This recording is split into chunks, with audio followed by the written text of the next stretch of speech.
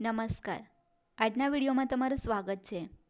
આવનારી દરેક સ્પર્ધાત્મક પરીક્ષાઓ માટે જાન્યુઆરી મહિનાનું કરંટ અફેર્સ આ વિડીયોમાં લીધેલું છે, જે આવનારી પરીક્ષાઓમાં તમને ઉપયોગી બની રહે. આ ચેનલ લાઇક અને સબસ્ક્રાઇબ કરશો, જેથી દરેક વિડીયો તમારા સુધી પહોંચી શકે. પહેલો પ્રશ્ન છે, રાષ્ટ્રીય મતદાતા દિવસ ક્યારે મનાવવામાં આવ્યો? 25 જાન્યુઆરીએ. ક્યાં 3 દિવસીય ખેડૂત મેળાનું ઉદ્ઘાટન કરવામાં આવ્યું? ગુજરાતમાં.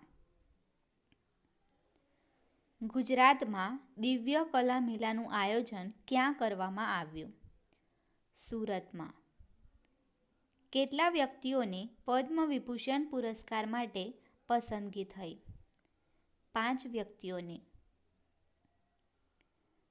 કયા રાજ્યના મયુરભંજમાં દુનિયાની પહેલી મેલાનિસ્ટિક ટાઇગર સફારી સ્થાપિત કરાશે? ઓડિશામાં. કયા રાજ્યના મોનપા હેન્ડમેડ કાગજને જીઆઈ ટેગ મળ્યો? અરુણાચલ પ્રદેશ. 75મા ગણતંત્ર દિવસ પર કયા દેશના રાષ્ટ્રપતિ મુખ્ય મહેમાન બન્યા? ફ્રાન્સના. પંચાયત હસ્તાંતરણ પર રાષ્ટ્રીય કાર્યશાળાનું ઉદ્ઘાટન ક્યાં કરાયું?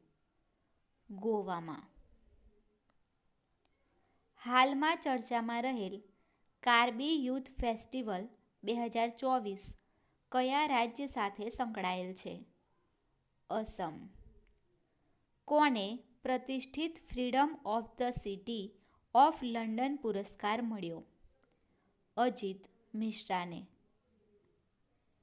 કોની સુપ્રીમ કોર્ટમાં ન્યાયાધીશના રૂપમાં નિમણૂક કરવામાં આવી?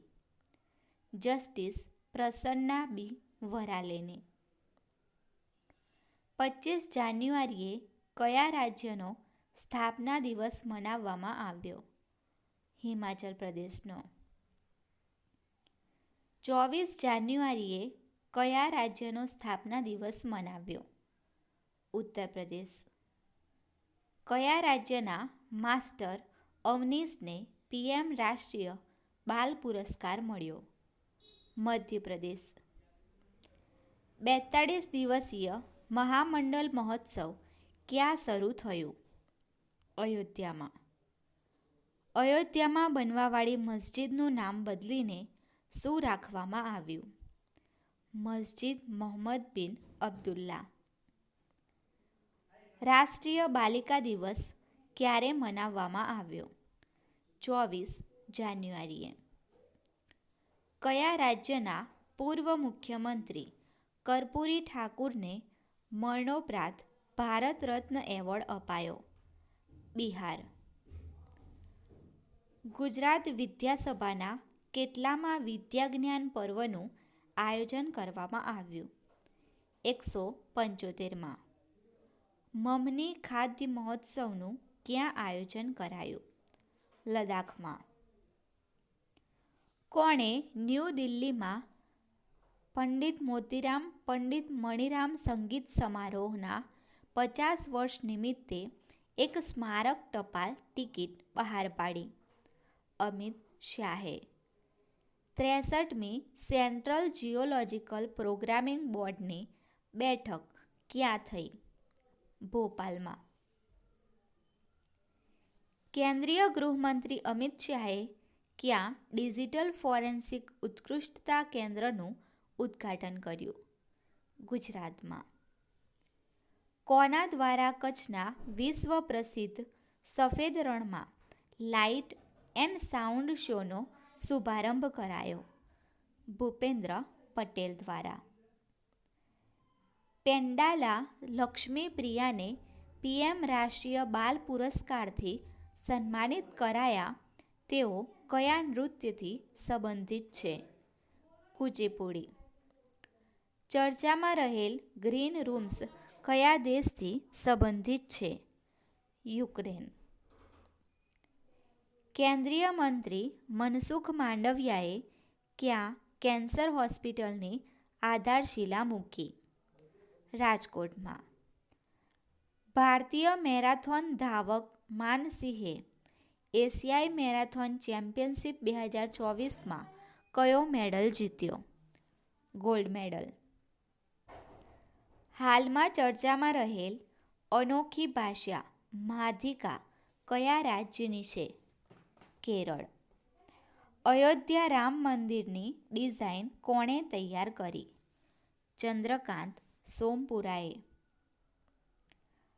હાલમાં ત્રિપુરા, મણિપુર અને મેઘાલય સ્થાપના દિવસ ક્યારે મનાવવામાં આવ્યો?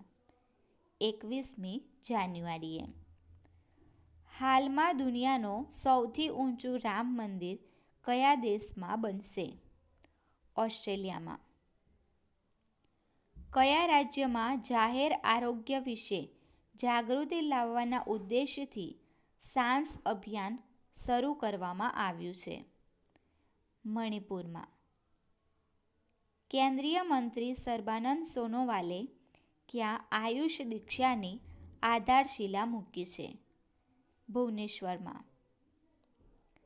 કયા દેશના વિશ્વ ધરોહર સ્થળો પર સૌર ઉર્જા સ્ટેશનોનું ઉદ્ઘાટન કરાયું?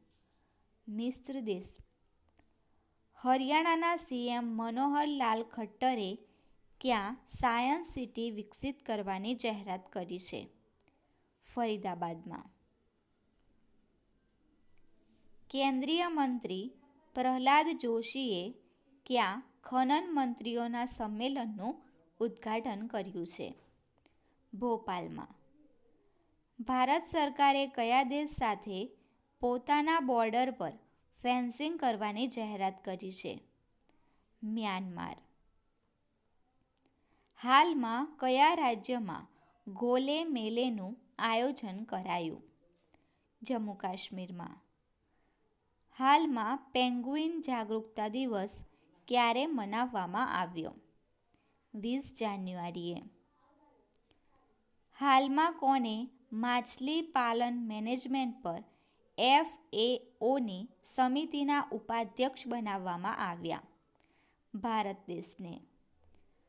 મુખ્યમંત્રી ભૂપેન્દ્ર પટેલે કયા સ્થળેથી ખેલ મહાકુંભના બીજા તબક્કાનો શુભારંભ કરાવ્યો? અમદાવાદથી.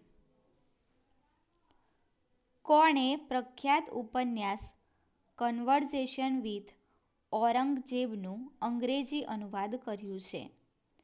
નંદિની કૃષ્ણને. કયા રાજ્યની સરકારે મુખ્યમંત્રી મહિલા ઉદ્યમિતા અભિયાનની શરૂઆત કરી? અસમ. કયા રાજ્યની સરકારે માય સ્કૂલ માય પ્રાઇડ અભિયાનનું અનાવરણ કર્યું? હિમાચલ પ્રદેશ. હાલમાં ક્યાં ક્ષેત્રીય રાજભાષા સંમેલનનું ઉદ્ઘાટન કરાયું? બેંગલુરુ ખાતે. કયા રાજ્યમાં મધ્યાહન ભોજન માટે સેન્ટ્રલાઇઝ્ડ અક્ષય પાત્ર રસોઈનું ઉદ્ઘાટન કરાયું? ઝારખંડમાં. હાલમાં કોને વિંગ્સ ઇન્ડિયામાં સર્વશ્રેષ્ઠ એરપોર્ટનો પુરસ્કાર મળ્યો? બેંગલુરુ એરપોર્ટ અને દિલ્હી એરપોર્ટને. બિહાર પછી જાતિ જનગણના શરૂ કરવાવાળું બીજું રાજ્ય કયું બન્યું છે? આંધ્રપ્રદેશ. હાલમાં કોણે 47માં કોલકાતા પુસ્તક મેળાનું ઉદ્ઘાટન કર્યું છે? મમતા બેનર્જીએ. દુનિયાનું સૌથી મોટું તાળું લોક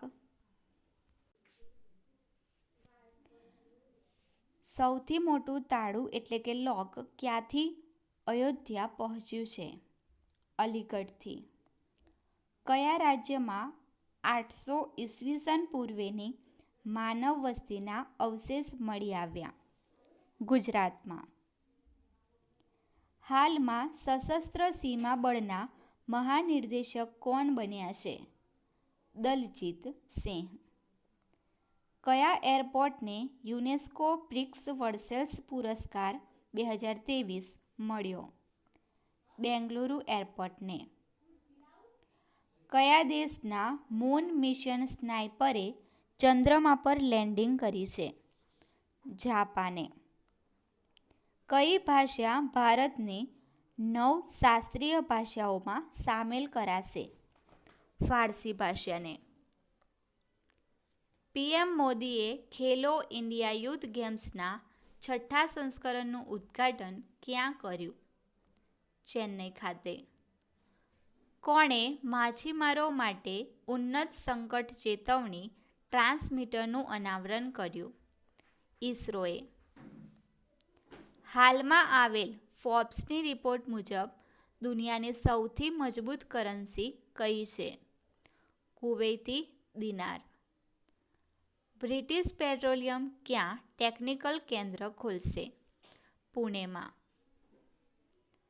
પીએમ મોદીએ ક્યાં બોઇંગના સૌથી મોટા પરિસરનું ઉદ્ઘાટન કર્યું? બેંગલુરુ ખાતે.